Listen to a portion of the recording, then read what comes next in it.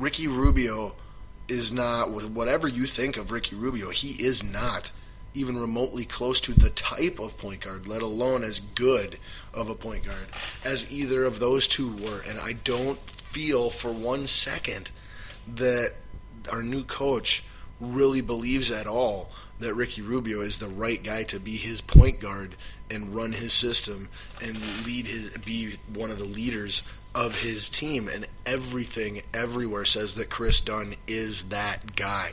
Defensive, handle, freaking character, you name it. This kid, everybody's already saying Chris Dunn is the favorite.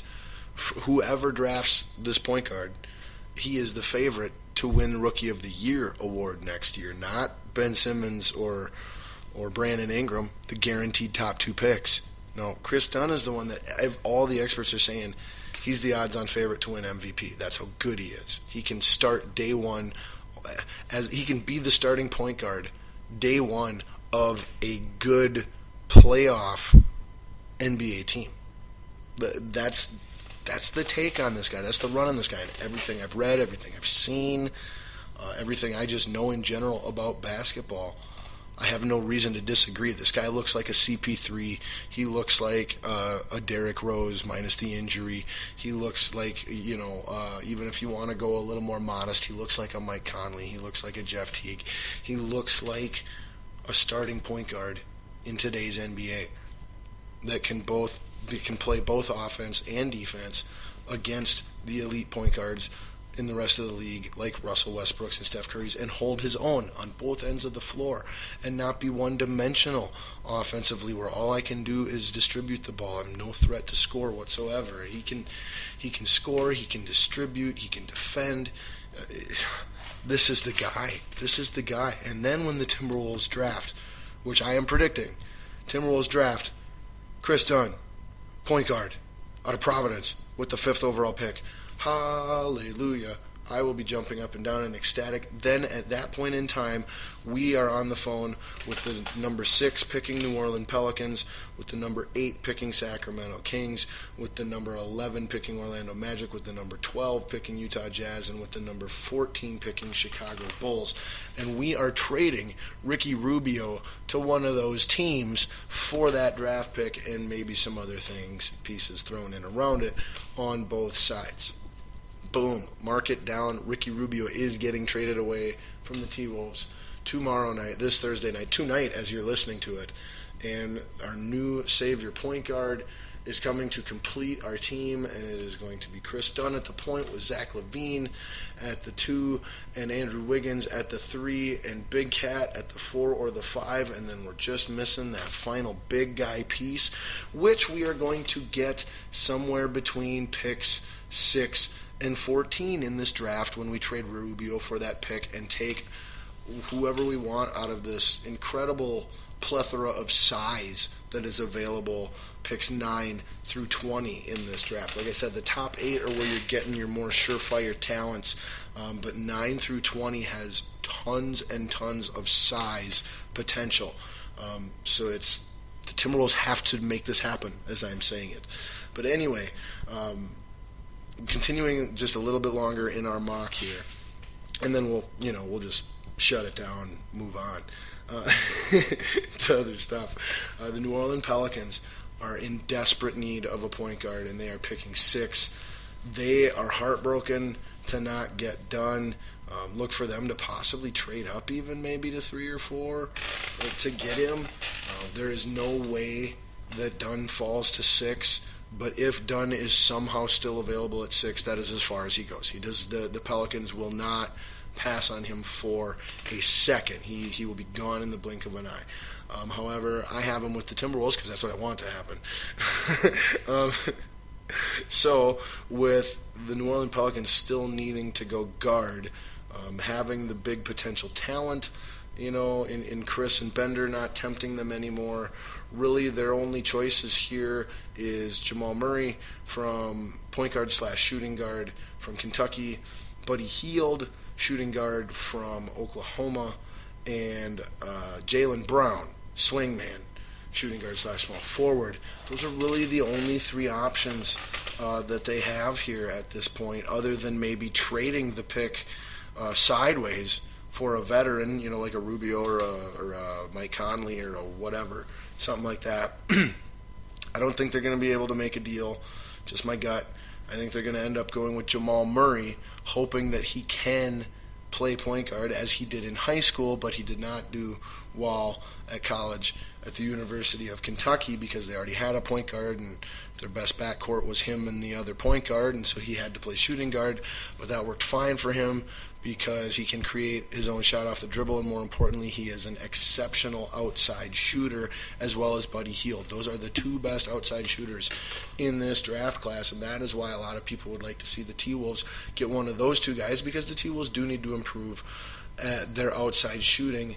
However, as I've said before on this show, step one for the T-Wolves is to solidify your starting five and establish the identity of your team through that, and then work your way on down to the depth and the specialty abilities and the role players and the specifics like outside shooting or perimeter defense or stuff like that.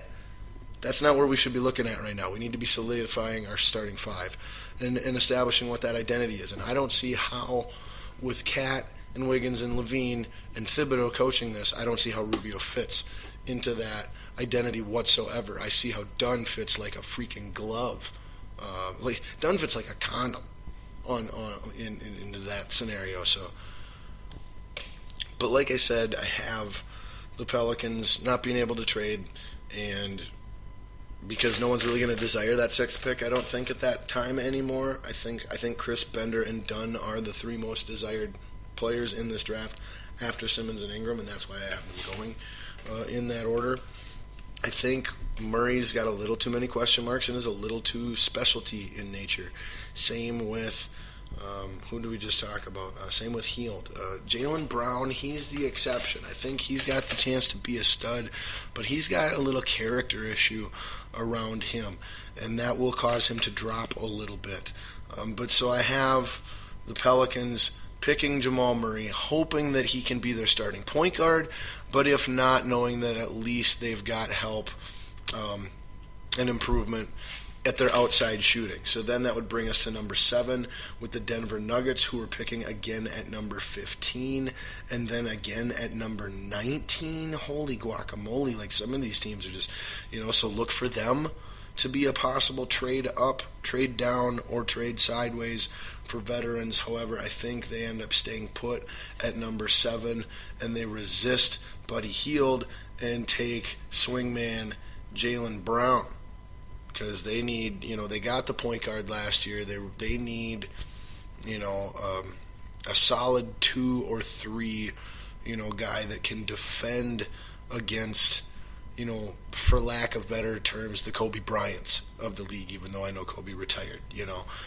and Buddy Hield cannot defend. He's not going to be a starting 2 guard in the National Basketball Association. Buddy Hield is your 6 man that comes off the bench in the shooting guard role and lights it up, from downtown. That's his role. He's not your starting 2 guard that can defend the other team's top scorers, and he's certainly not a point guard. He's not fast enough. He doesn't have the passing ability or the ball handling ability. Maybe the ball handling ability, but Buddy Hield is going to be the name that you see drop, and he might even fall out of that top 8 that most people have him cemented in. But again, expect Denver to make some kind of trade, more likely involving their picks 15 and 19. But that then brings us to the 8th pick in the draft, which is the Sacramento Kings. And of course, everybody will be screaming Buddy Hield's name because of his performance in the NCAA tournament this past spring. He's the freshest in people's minds as a star or whatever. Well, that was Johnny Flynn once upon a time too. That was Rashad McCants once upon a time too. And that is exactly what Buddy Hield is. Buddy Hield is just the next Rashad McCants. He's just the next Johnny Flynn. Okay. and he is going to fall. Actually, I don't know. Boy, honestly, I don't know how far he's going to fall, but he is going to fall. I don't see Sacramento taking him. I really don't. I'd see. Well, he could maybe go, at 8 or at 9, but it involve, I think, those current teams trading out possibly. Maybe 9 to. Yeah, you know what? Yeah, that's where we'll have him. Okay, but so Sacramento is going to kind of jump suit here a little bit, and they're going to take the first real surprise player or name, or person that's a little higher than we had him expected to be. Because the Sacramento Kings have to come away one way or another, whether it be trading up, trading sideways, or staying put and drafting at that position. The Sacramento Kings need to come away from need to use this 8th pick in the draft, one way or another, as I mentioned, to get a point guard. They have no point guard. They need a point guard. And so that is why, with Dunn being gone, Murray being gone, and they're not going to be able to trade Mitch, do not be surprised if the Sacramento Kings, at 8, trade that pick for Ricky Rubio to the T-Wolves. That would be freaking awesome. Then we would probably use it to take Buddy Hield, and bolster, have that outside shooting coming off the bench, and just, oh my goodness, we would probably bypass on the size. We'd look to get that in free agency maybe, like in a Joakim Noah or an Al Horford or something like that. So that's a perfect scenario. In fact, I'm predicting that officially, but we'll continue just with the mock the way it is, because that's the point is, more than anything of the mock, is to connect the right players to the right teams in this mock. And so I am predicting that the Sacramento Kings will trade away the 8th pick to the Minnesota Timberwolves for Ricky Rubio and whatever else they use to make it, and then that the T-Wolves will use that pick to select shooting guard Buddy Hield from Oklahoma. However, in the event that Sacramento is unable to trade this pick for a point guard, they will select with the 8th overall pick point guard Wade Baldwin from Vanderbilt. A lot of people are going to consider this a little bit of a reach. I consider this a pretty smart, safe, and obvious pick if they are locked in to that 8 spot and both Murray and Dunn are gone, which they will be. Then that brings us to the Toronto Raptors at number 9, and they're a team that was the number 2 seed in the East and took the freaking world champ Cleveland Cavaliers to, was it 7 games? I know it was at least 6. I think it was 7. Or no. It was 6. 4-2 they lost. But still, they tied it up at 2 games apiece. And there they are sitting at 9. Again, not with very many needs. Forward, shooting guard maybe. Point guard they're set. Center they're set. They could look for size just because you're always looking for size. That's what I see a lot of mocks having them at. However, I want to say DeMar DeRozan might be a potential free agent. Even if he's not, I think they're at a point in the draft where if they can't trade this for something, which they're going to desperately look to trade down or just trade out altogether. But if they can't, I really think that they will take best player available and that player will be Buddy Hield, unless, like I said, the T-Wolves and Sacramento make a trade involving Rubio and Hield. But that's where I have Buddy falling 9th to Toronto, and they'd be going to a good situation. He could come off the bench, be a 6th man, and just light it up, let it fly from outside when he comes in, and be on a good competitive team out in the East. Like, I'm telling you, that's, it's going to be a good thing for Buddy if and when that happens. It'd be an even better thing for Buddy, of course, obviously, to have the Timberwolves trade scenario work out, but we'll see. But anyway, so then that leaves us to number 10 and the Milwaukee Bucks.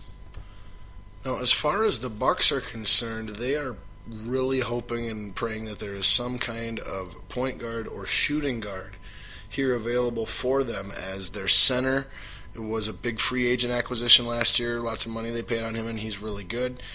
Their power forward was like the 1st or 2nd pick in the draft not too many years ago, but has had injury issue. They hope that he can stay healthy and be what they hoped he could be. They got the Greek Freak at small forward. That's the most solid spot they got. Shooting guard's a big weakness, and point guard they're not all that happy with Michael Carter-Williams in the situation they got